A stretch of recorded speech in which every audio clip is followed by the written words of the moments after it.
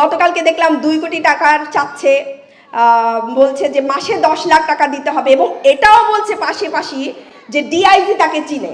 তার মানে সে পুরনো দোকানটা যাতে চলুক, এবং এই দোকান তো একা চালায় না, ওই ছেলে একা চালায়, এটা রাজনৈতিক সিন্ডিকেটের মাধ্যমে চলে। রাজনৈতিক সিন্ডিকেটের মাধ্যমে কোটি কোটি হাজার হাজার কোটি টাকা তারা ইনকাম করে। এখন বাংলাদেশে যদি জুলাইয়ের নারীরা রাজনীতিতে আসে, জুলাইয়ের শক্তি যদি মাঠে থাকে, তারা দেখে যে তাদের সেই রাজনৈতিক সেই দোকানটা বন্ধ হয়ে যাবে। এজন্য তারা কথায় কথায় বলে জুলাই জুলাই করবেন না। কেন? এত আইন কানুন দেখিয়ে তারা চায় যে জুলাইকে ভুলায় দিতে, চাঁদাবাজিটা চলুক।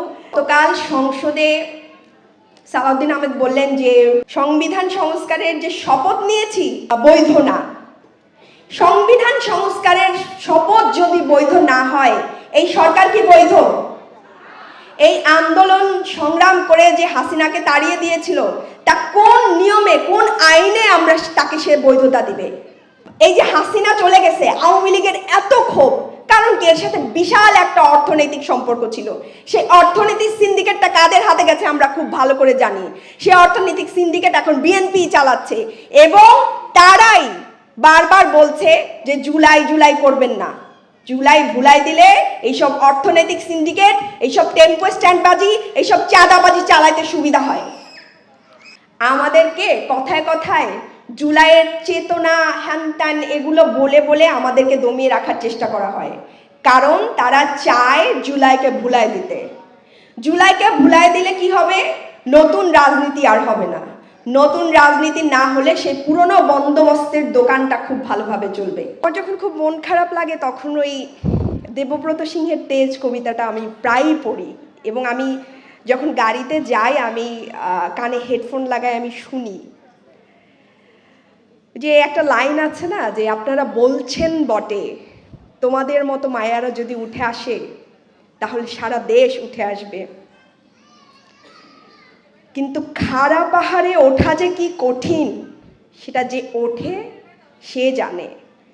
খাড়া পাহাড়ে উঠতে বহুত দম লাগে, তেজ লাগে। তো এইখানে যে মেয়েরা ছিল, এখানে অনেক আপুরাই চলে গেছে, কারণ হচ্ছে তাদের বাস ছিল, অনেকে দূর দূরান্ত থেকে এসছে। মেয়েদের তো আব্দুল আলামিন বলেই গেল যে মেয়েদের এখনো সন্ধ্যাটা আমরা মেয়েদের জন্য সেভ করতে পারি নাই। তো এইখানে যে আপুরা ছিল তারা অবশ্যই আমার বক্তব্য শুনে নিবে। ওরা কিন্তু প্রত্যেকেই সেই দম আর তেজ নিয়েই এই পর্যন্ত এসছে,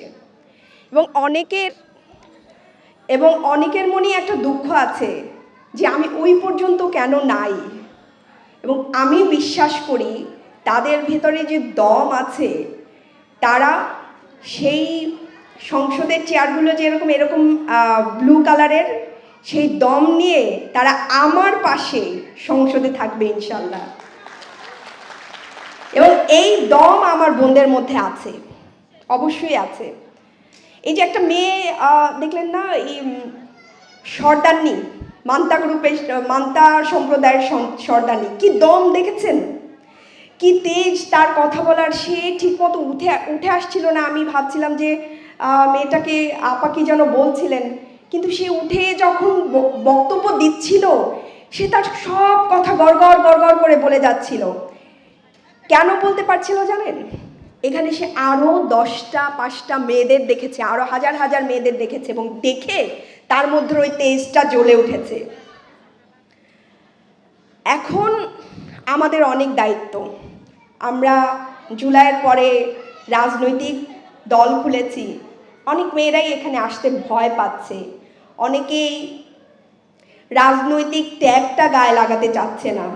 সে আগের দিনের মতো অনেকেই রাজনীতিটাকে আবার দূরে ঠেলে দিতে চাচ্ছে, কিন্তু বলার সময় সবাই বলছে যে আমরা কেন মেয়েদেরকে নিয়ে আসছি না।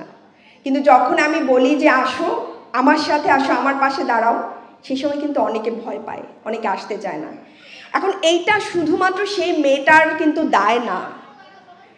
যেই মেয়েটা তেজ নিয়ে, দম নিয়ে জুলাইয়ে দাঁড়িয়েছিল, যেই আকাঙ্ক্ষা নিয়ে দাঁড়িয়েছিল যে সে রাজনীতিতে আসবে, তার জন্য একটা পথ তৈরি হবে, সে পথটা আমি তৈরি করতে পারি নাই, আমরা কেউ তৈরি করতে পারি নাই। কিন্তু আপনাদের কাছে অনুরোধ থাকবে, আমার সাথে, আমাদের সাথে, নারী শক্তির সাথে কিংবা অন্য যে কোনো সংগঠনের সাথে আপনারা আসেন, নারীদের জন্য পথ তৈরি করেন। এইখানে দাঁড়িয়ে যদি আপনি বলেন যে কেউ আমাকে ডাকে নাই, কেউ ডাকতে চাইবেন, আপনি দূরে থাকলে সবাই খুশি হবে, অনেকেই খুশি হবে।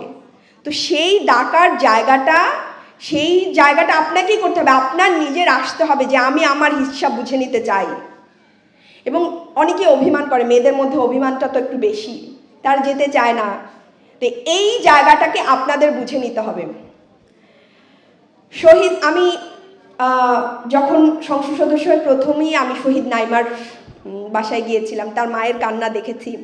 আজকে তার ডায়েরিটা ওর মা আমাকে দেখাতে চেয়েছিল, কিন্তু সেই ডায়েরিটা জুলাই স্মৃতি জাদুঘরে, কিন্তু সেই জাদুঘর এখন পর্যন্ত খোলা হয় নাই। এর চেয়ে দুঃখজনক কি হতে পারে? জুলাই ফাউন্ডেশন বন্ধ হয়ে যাচ্ছে, বেতন দিতে পারছে না। আমাদেরকে কথায় কথায় জুলাইয়ের চেতনা, হ্যান ত্যান এগুলো বলে বলে আমাদেরকে দমিয়ে রাখার চেষ্টা করা হয়, কারণ তারা চায় জুলাইকে ভুলায় দিতে। জুলাইকে ভুলায় দিলে কি হবে? নতুন রাজনীতি আর হবে না। নতুন রাজনীতি না হলে সেই পুরনো বন্দোবস্তের দোকানটা খুব ভালোভাবে চলবে, তাই না?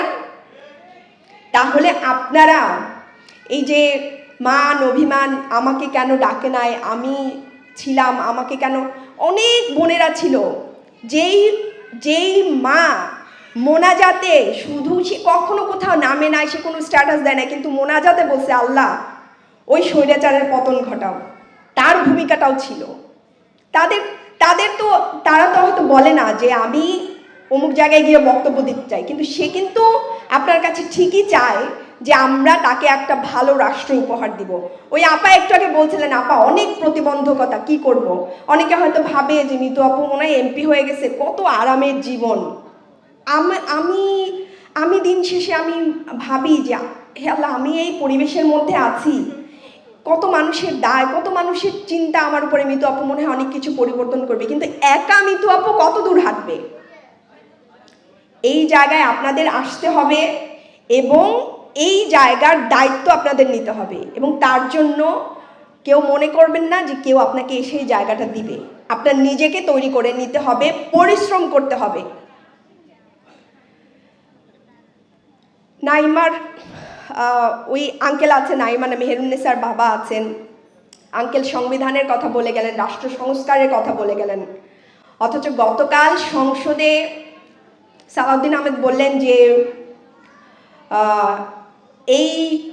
আমরা যে সংবিধান সংস্কারের যে শপথ নিয়েছি এটাই নাকি বৈধ না। সংবিধান সংস্কারের শপথ যদি বৈধ না হয়, এই সরকার কি বৈধ? এই আন্দোলন সংগ্রাম করে যে হাসিনাকে তাড়িয়ে দিয়েছিল, তা কোন নিয়মে, কোন আইনে আমরা তাকে সে বৈধতা দিবে? তো এই যে এইসব কথা কেন বলা হয় জানেন? এই এত আইন কানুন দেখিয়ে তারা চায় যে জুলাইকে ভুলায় দিতে, পুরনো দোকানটা ভালোভাবে চলুক, চাঁদাবাজিটা চলুক। তারা যেন এই গতকালকে দেখলাম 2 কোটি টাকার চাচ্ছে, বলছে যে মাসে 10 লাখ টাকা দিতে হবে, এবং এটাও বলছে পাশাপাশি যে ডিআইজি তাকে চিনে। তার মানে সেই পুরনো দোকানটা যাতে চলুক, এবং এই দোকান তো একা চালায় না, ওই ছেলে একা চালায়, এটা রাজনৈতিক সিন্ডিকেটের মাধ্যমে চলে। রাজনৈতিক সিন্ডিকেটের মাধ্যমে কোটি কোটি, হাজার হাজার কোটি টাকা তারা ইনকাম করে। এখন বাংলাদেশে যদি জুলাইয়ের নারীরা রাজনীতিতে আসে, জুলাইয়ের শক্তি যদি মাঠে থাকে, তারা দেখে যে তাদের সেই রাজনৈতিক সেই দোকানটা বন্ধ হয়ে যাবে। এজন্য তারা কথায় কথায় বলে জুলাই জুলাই করবেন না, আসলে তারা জুলাইকে মুছে ফেলতে চায়। কেন? ওই যে রাজনৈতিক দোকানটা বন্ধ হয়ে যাবে। এই যে হাসিনা চলে গেছে, আওয়ামী লীগের এত ক্ষোভ, কারণ কি? এর সাথে বিশাল একটা অর্থনৈতিক সম্পর্ক ছিল। সেই অর্থনৈতিক সিন্ডিকেটটা কাদের হাতে গেছে আমরা খুব ভালো করে জানি। সেই অর্থনৈতিক সিন্ডিকেট এখন বিএনপি চালাচ্ছে, এবং তারাই বারবার বলছে যে জুলাই জুলাই করবেন না। জুলাই ভুলাই দিলে এইসব অর্থনৈতিক সিন্ডিকেট, এইসব টেম্পো স্ট্যান্ডবাজি, এইসব চাঁদাবাজি চালাইতে সুবিধা হয়। আজকে এই যে এনসিপি জুলাই পদযাত্রা করছে, নারীদের সমাবেশ করছে, সব কিছুর দায় এনসিপিকে নিতে হয়। সবাই এসে জিজ্ঞেস করে যে আপনি কেন আমাকে ডাকলেন না, নাহিদ ভাইকে সবাই জিজ্ঞেস করে, অন্য কোনো দলকে তো জিজ্ঞেস করে না। তাহলে জুলাইয়ের যদি আপনারা জুলাই করবেন না বলেন, তাহলে এই জুলাইয়ের দায়, সব দায় কেন নাহিদ ভাইকে নিতে হয়? আপনারা তো কেউ নিতে আসেন না। অনেক কথা বলার ছিল। আমি সর্বোচ্চ ধন্যবাদ জানাই যে এই প্রোগ্রামটা যারা আয়োজন করেছেন, এবং এইখানে এক আপু এসে বলে গেছে যে হচ্ছে ইডেনের আপা, যে গত 2 বছরে কোনো প্রোগ্রামে তাকে ডাকা হয় নাই, আজকে নারী শক্তির প্রোগ্রামে তাকে ডাকা হয়েছে এবং সে খুবই খুশি হয়েছে। আমি এই প্রোগ্রামের আয়োজক যারা ছিলেন, দাওয়াতের দায়িত্বে যারা ছিলেন, এবং আমি তখন আশরাফাকে ডেকে জিজ্ঞেস করলাম যে আশরাফা, ওই মেয়েটাকে কে ডেকেছে? তো ও বললো যে আপা আমি ওর নাম্বার দিয়েছিলাম। তা আমি তারপরে হচ্ছে বুশরা আছে, মনিরা পুরা প্রোগ্রামের দায়িত্ব পালন করেছেন, আপা ঝুমা আপা আছেন, তারপর আমার যে অন্য অন্য বোনেরা আছে, এবং দূর দূরান্ত থেকে যে বোনেরা এসছেন, যারা নারী শক্তিকে সাহস দিচ্ছেন এবং অরাজনৈতিক হয়েও এনসিপিকে সাপোর্ট দিচ্ছেন বা এনসিপির একটা প্রোগ্রামে আসছেন, এটাও কিন্তু একটা খুবই ভালো উদ্যোগ।